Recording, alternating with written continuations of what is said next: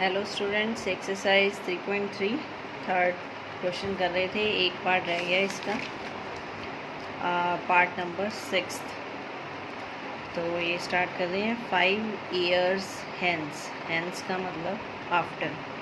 5 years hence the age of Jacob will be 3 times that of his son.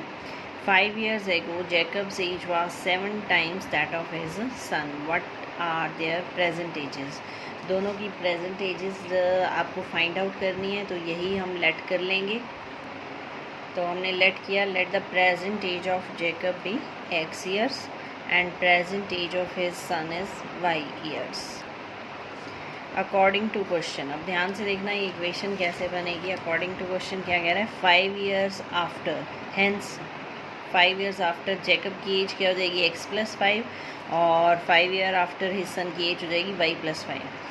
5 years hence the age of Jacob will be 3 times that of his son.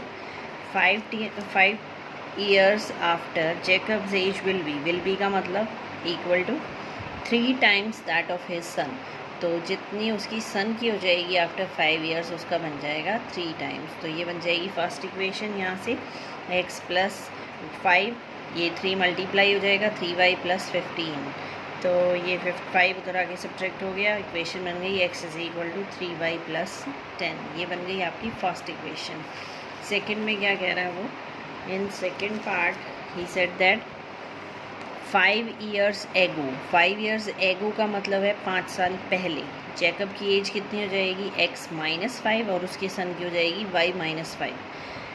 5 years ago Jacob's age was 7 times that of his son.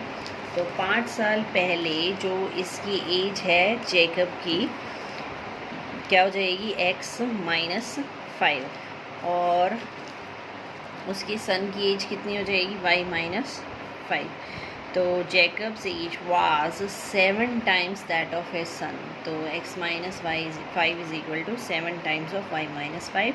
इसको multiply कर देंगे, ये बन जाएगा 7y - 35।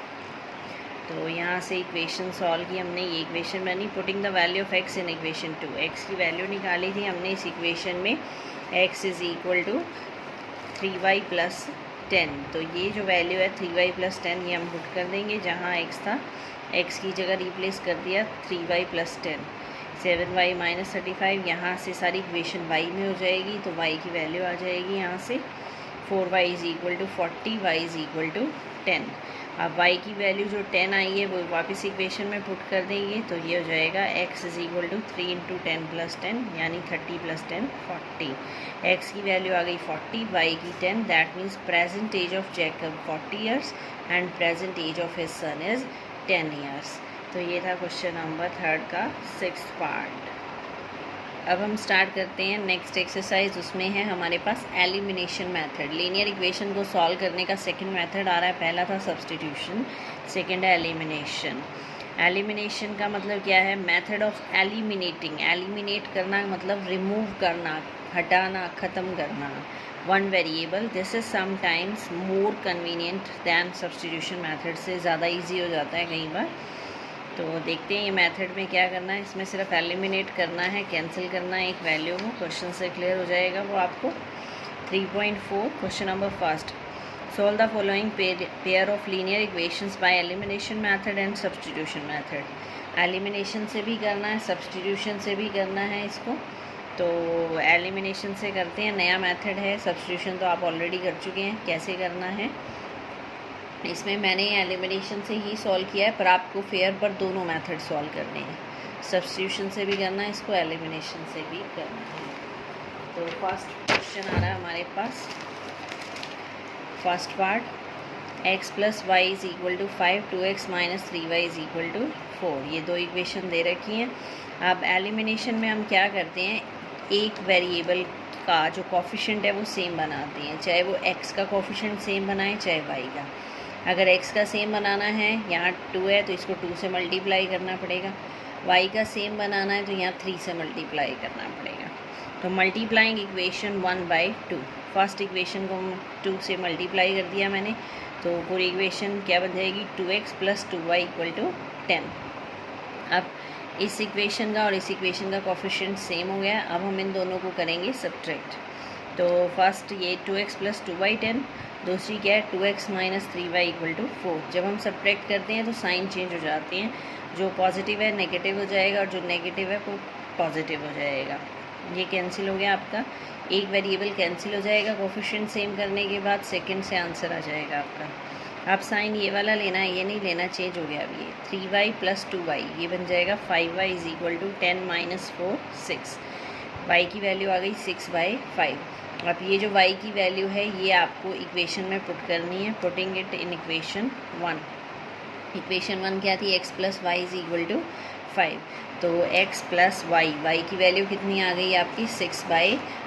तो ये जो y की वैल्यू है ये यहाँ पुट कर दी, 6/5 एलसीएम लेना है 5, ये बन जाएगा 5x + 6/5 = 25।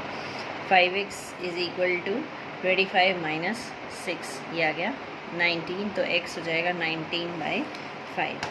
तो ये आ गई x की वैल्यू 19/5, y की कितनी थी 6/5। इसको सब्स्टिट्यूशन से भी करना है। एक पार्ट और देखते हैं। सेकंड है हमारे पास 3x + 4y = 10, 2x - 2y = 2। अब यहाँ पर कोफिशिएंट सेम बनाने हैं, यहाँ पर y का कोफिशिएंट सेम बना रहे हैं हम। यहाँ कितना है 4, यहाँ कितना है 2। तो अब हम क्या करेंगे, इस इक्वेशन को 2 से मल्टीप्लाई कर देंगे तो ये भी 4 बन जाएगा। तो ये दो इक्वेशन गिवन है, मल्टीप्लाइंग इक्वेशन 2 - 2, -2 से मल्टीप्लाई कर दी हमने, ये हो गया -4x + 4y = -4। अब हमने क्या करना है, इन दोनों इक्वेशन में y का कोफिशिएंट सेम हो गया, अब इन दोनों को सब्ट्रैक्ट कर देंगे। तो ये आ गई फर्स्ट इक्वेशन 3x + 4y 10, ये सेकंड -4x + 4y = -4। सब्ट्रैक्ट करेंगे तो साइन चेंज कर देंगे, ये कैंसिल हो जाएगा, ये बन गया 7x, ये बन गया आपका 14। x की वैल्यू आ गई 14/7 = 2। अब ये जो x की वैल्यू है यहाँ ऊपर किसी भी इक्वेशन में पुट कर दो, आंसर आ जाएगा। तो हमने पुट किया 2x - 2y = 2 में x की जगह 2 रिप्लेस कर दिया, ये हो गया 4 - 2y = 2। फिर 2 को इधर ले आए, 2y को इधर ले गए, y की वैल्यू आ गई यहाँ से 1। तो x = 2 and y = 1 is your answer. और अगर यहाँ -2 से मल्टीप्लाई ना करते, 2 से भी कर सकते हैं हम, ज़रूरी नहीं है सिर्फ ये कोफिशिएंट सेम होना चाहिए।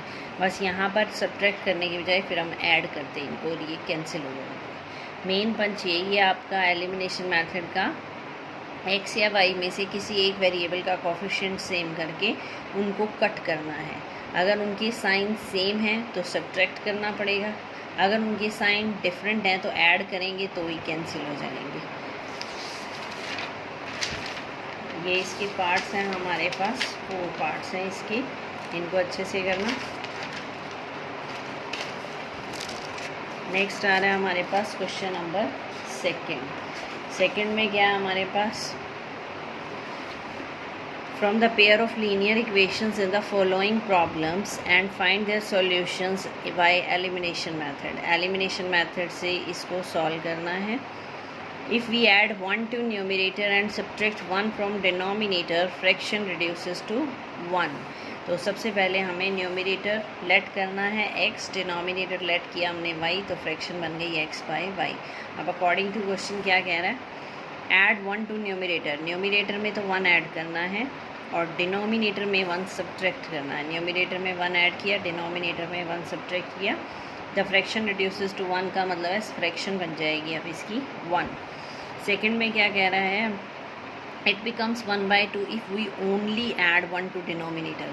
अगर हम सिर्फ डिनोमिनेटर में 1 ऐड करें, न्यूमरेटर में कोई चेंज ना करें तो फ्रैक्शन 1/2 बन जाएगी। तो न्यूमरेटर में कोई चेंज नहीं किया, डिनोमिनेटर में 1 ऐड कर दिया, फ्रैक्शन बन गई 1/2। अब हम इसको सॉल्व करेंगे। ये क्रॉस मल्टीप्लाई किया हमने, ये आ गया आपका x + 1, ये आ गया y - 1।